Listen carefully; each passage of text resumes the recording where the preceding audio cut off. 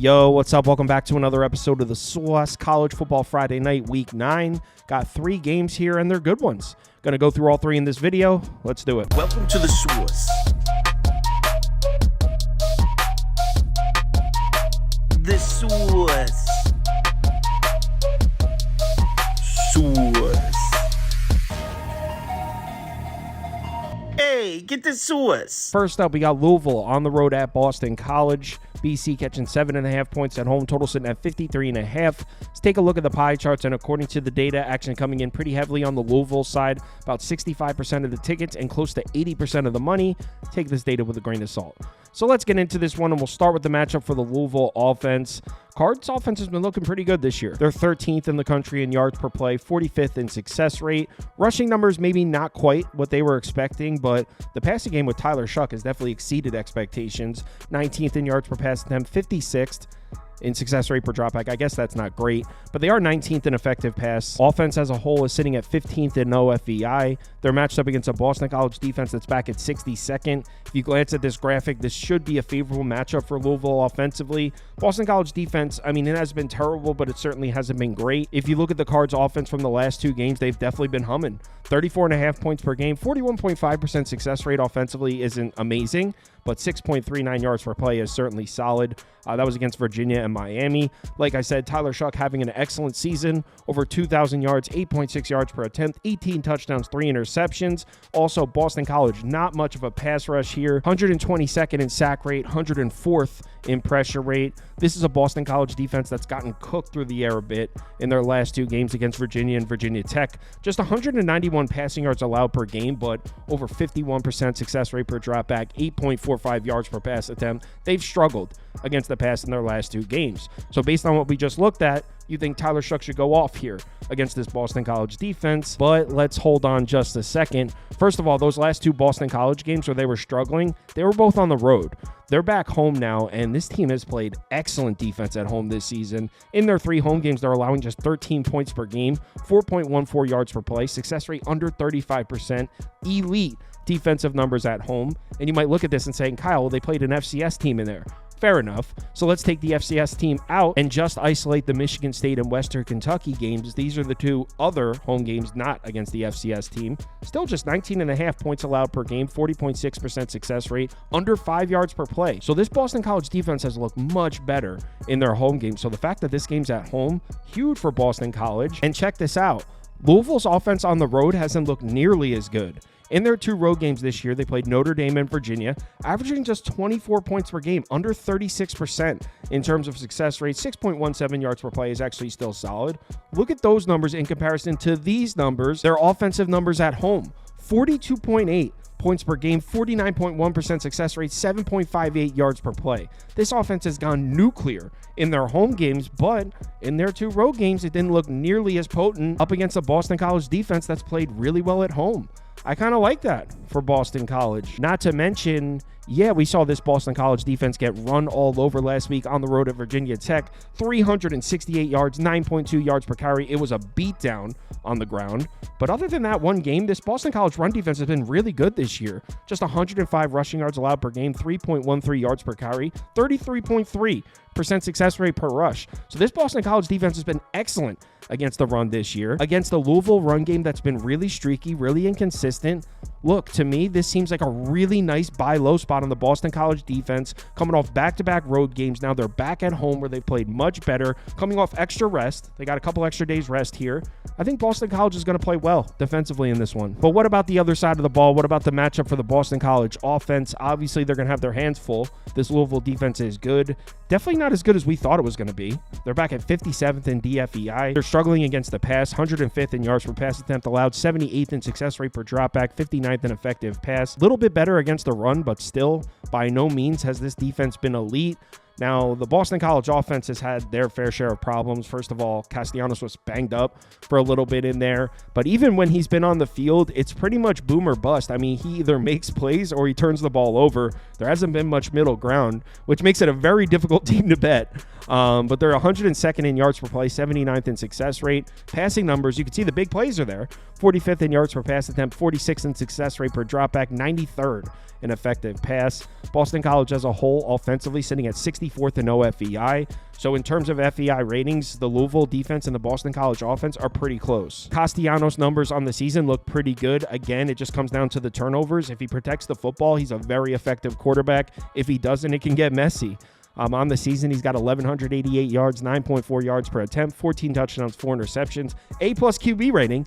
Like I said, if he's protecting the ball, he's making plays. It's a big if, though. He's matched up against a Louisville pass defense that seems to be trending in the wrong direction. In their first 2 games against an FCS opponent in Jacksonville State, they're allowing just 116 passing yards per game, 4.35 yards per attempt, 31.3% success rate per dropback, elite numbers against the pass. In the 5 games since then, though, 8.76 yards per pass attempt allowed, 43.4% success rate per dropback, 277.2 passing yards allowed per game. And yeah, there are some really good offenses in there. SMU, Miami, Notre Dame isn't much of a passing offense, but Georgia Tech, Virginia, they've played some good offenses, but Boston College, when Castellanos is on, can be a very dangerous offense. The biggest problem for Boston College in this game is going to be right here, the right side of this graphic. Louisville has a pass rush. They're 20th in pass rush grade, 42nd in sack rate, 17th in pressure rate, 9th in pass rush win rate. They're coming. They're coming for Castellanos, and when he gets pressured, he can make huge plays or he can make big mistakes.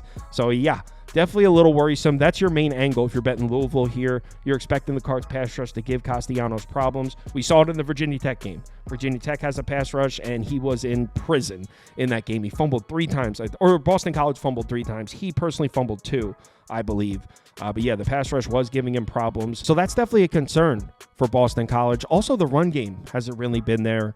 Just 3.07 yards per carry in their last 5 games. 40.3% success rate per rush. That's actually not that bad, but 3.07 yards per carry, it's not great. That being said, I'm willing to cut them a little bit of slack here when it comes to the run game. Look at their opponents. Missouri, Michigan State, Western Kentucky's got a great run defense. UVA, Virginia Tech. I mean, they've played a lot of really tough defensive fronts, and you might be thinking, well, Kyle, Louisville's a real tough defensive front too. Well, in their last 3 games, they're actually really struggling to stop the run. 5.19 yards per carry allowed, 51% success rate per rush. That's not good at all. Over 186 rushing yards allowed per game. Yes, it's against SMU, Virginia, and Miami, but this defensive front was supposed to be elite this year. It really hasn't looked that way at all. Back at home, if Castellanos is comfortable, I could see Boston College running the ball a little bit in this game. So I actually like the matchup for BC. I took the 7.5. Here's a trend for you in case you're on the fence.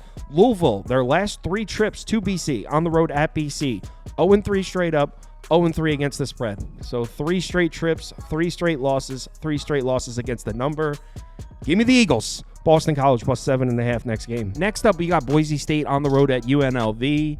Mountain West Conference game of the year right here. This is a good one. UNLV catching 3.5 points at home. Total sitting at 64.5. They're expecting a shootout, and if you've watched these teams play, you'd understand why. Let's take a look at the pie charts. Action's coming in pretty heavily on the Boise State side, according to this data. 85% of the tickets, over 90% of the money coming in on Boise State. Take it with a grain of salt. So let's get into this matchup, and we'll start with the Boise State offense, and we already know what it is. I mean, this team runs the football. They have the Heisman hopeful there at running back Genty. They're first in the country in yards per carry, 17th in success rate per rush, 3rd in effective rush. They've actually been throwing the ball a little bit recently too, throwing it pretty efficiently as well, but pretty much kind of like how Navy's been throwing it. They throw the ball off of their run. If you're able to stop the Boise State rushing attack, you can stop their passing attack as well. So is UNLV going to be able to do it?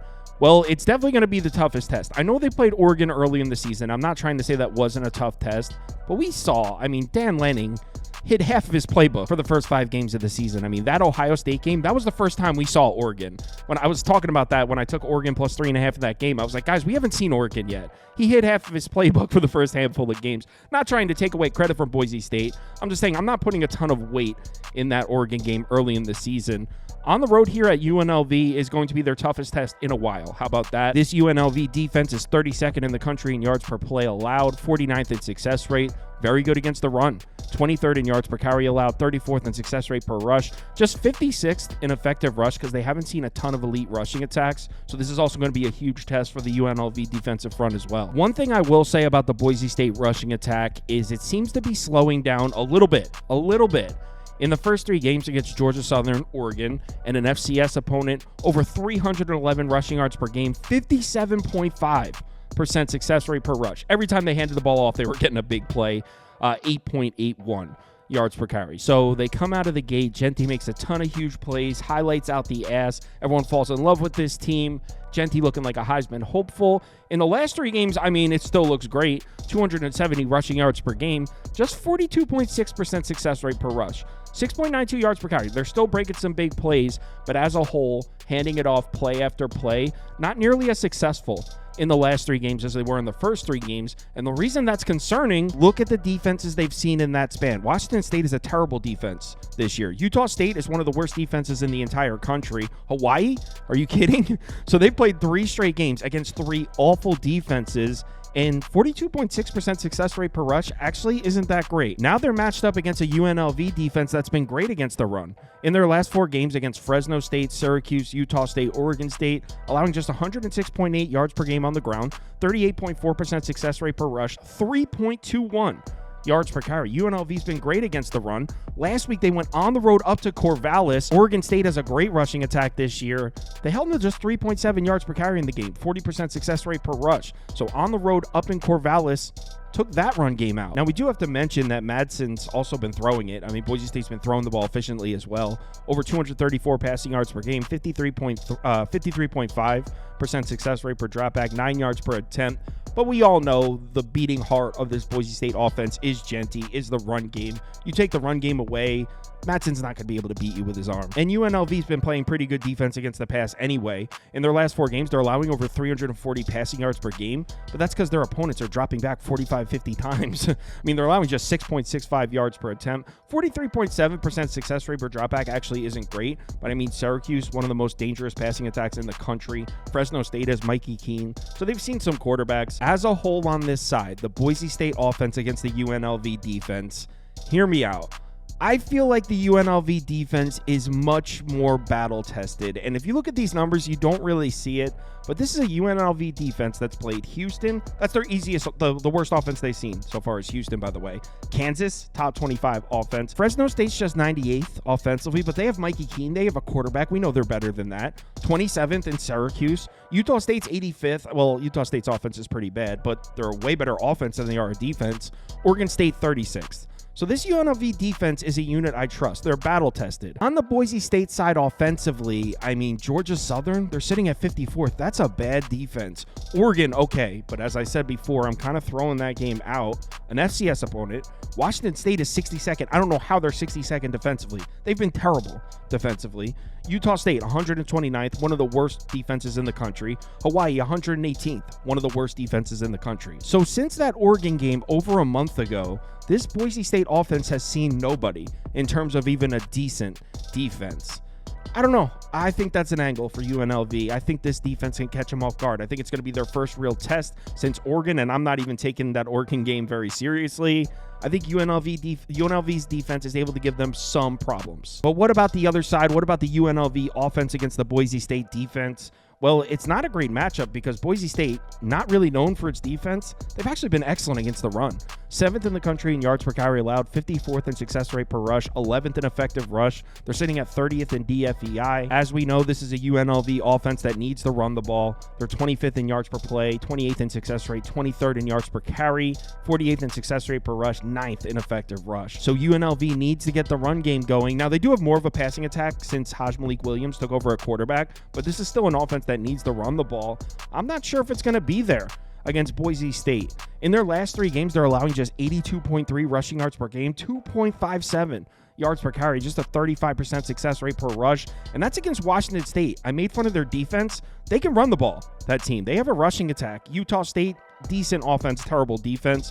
And I mean, Hawaii, all they do is throw the ball. But this Boise State defense has been great against the run, and I don't necessarily love that matchup for UNLV. Now, we do have to point out that maybe the reason Washington State wasn't running the ball in Boise State is because they were having their way through the air. 327 passing yards in the game, 8.8 yards per pass attempt, 47.7% success rate per dropback. And this UNLV offense is not a joke. In their last 4 games, they're averaging over 45 points per game, over 50% success rate, 7.33 yards per play. This is an explosive offense. I will say, look at the defenses they've seen.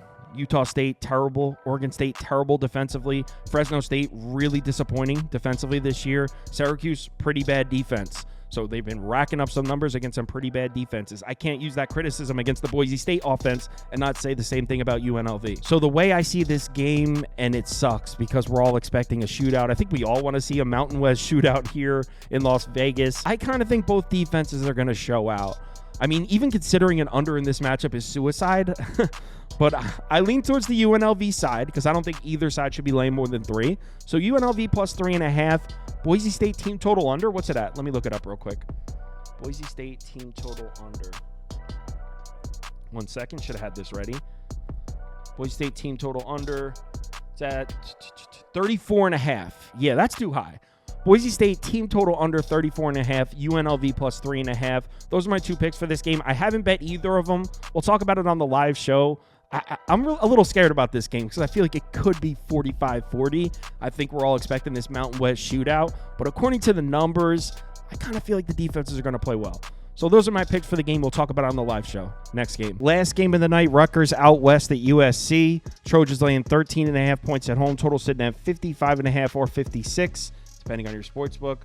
Take a look at the pie charts, and according to the data, action seems to be coming in slightly on the Rutgers side. Just over 50% of the tickets and over 65% of the money. Take it with a grain of salt. So let's get into this matchup, and I'm not going to spend a ton of time talking about this one because I'm unable to personally bet it. I'm in New Jersey. This is a Rutgers game. But this Rutgers offense is 56 in yards per carry, 33rd in success rate per rush, 28th in effective rush. This is a Rutgers offense that needs to run the ball and has been struggling to do so recently. The passing numbers are slightly improving. Callie McManus had himself a good day against UCLA, but as a whole, I mean, Rutgers has to run the ball or they cannot find success offensively. They're matched up against a USC defense that's had its problems. It's also USC has also played a really tough schedule so far this year. If you look at the schedule adjusted numbers, they're 37th in effective rush, 34th in effective pass, 28th in DFEI. So even though some of the raw data indicates that USC's defense isn't any good, if you take a look at some of the advanced stuff, this is a pretty strong defense. I mentioned how Rutgers been struggling to get the run game going recently. In their 2 road games this year, they're averaging 2.75 yards per carry. Success rate per rush under 39%. It's been ugly. That was against Virginia Tech and Nebraska, 2 solid defenses. But this USC defensive front is pretty solid also. And as I said, don't be fooled by last week. Callie McManus did throw the ball on UCLA, but they were coming from behind in the game. And we know what Callie McManus is. He's not absolutely terrible, but he's not going to be able to give you this on the road at USC. 9.6 yards per attempt, 56.7% success rate per drop back, 287 yards passing in the game. He's not going to be able to give you that on the West Coast here against USC. In the 2 games before that against Wisconsin and Nebraska, this is probably more what we can expect to see from Callie McManus. Just 144.5 passing yards per game, 22.8% success rate per drop back is insanely bad, 4.1 yards per pass attempt. So forgive me if I don't let one good game against UCLA fool me into thinking Callie McManus can be trusted as a passer. We know he can't. The question's going to be, is USC able to stop Rutgers from running the ball? And the answer is going to be probably. In their last 4 games, USC's holding their opponents to 3.94 yards per carry, 46.4% success rate per rush. You might be looking at these numbers thinking, Kyle, these aren't that great. I mean, they're okay. Look at their opponents. Wisconsin, Minnesota, Penn State, Maryland. USC's been playing some tough Big Ten opponents, and they're holding it down against the run. Rutgers couldn't get the run going in either of their road games. I think USC's defensive front should be fine here against Monongai and the Rutgers rushing attack. The weakness of this USC defense this year has been the pass rush. 116th in pressure rate, 107th in sack rate. They're struggling to pressure the quarterback. Does that matter? I mean, if you trust Callie McManus on the road in USC to make throws from a clean pocket, be my guest. I personally don't. On the other side, we got the Rutgers defense against the USC offense. Obviously, we know the story with the Rutgers defense. They lost their best player, their middle linebacker, right before the season started for the year. They've been struggling to stop the run in a major way. 111th in yards per carry allowed, 117th in success rate per rush, 96th in effective rush. And if this was a few weeks ago, I'd say, hey, this is a solid matchup for Rutgers. USC doesn't run the ball.